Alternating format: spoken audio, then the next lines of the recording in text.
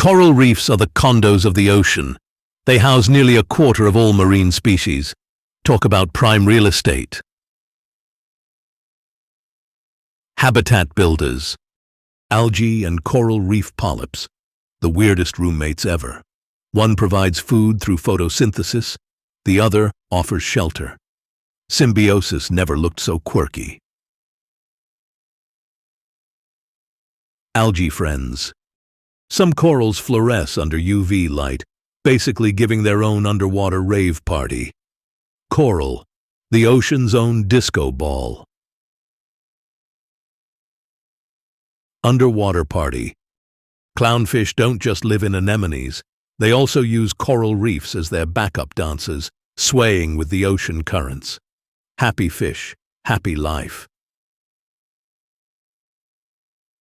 Fishy dance. Thanks for watching, and don't forget to subscribe.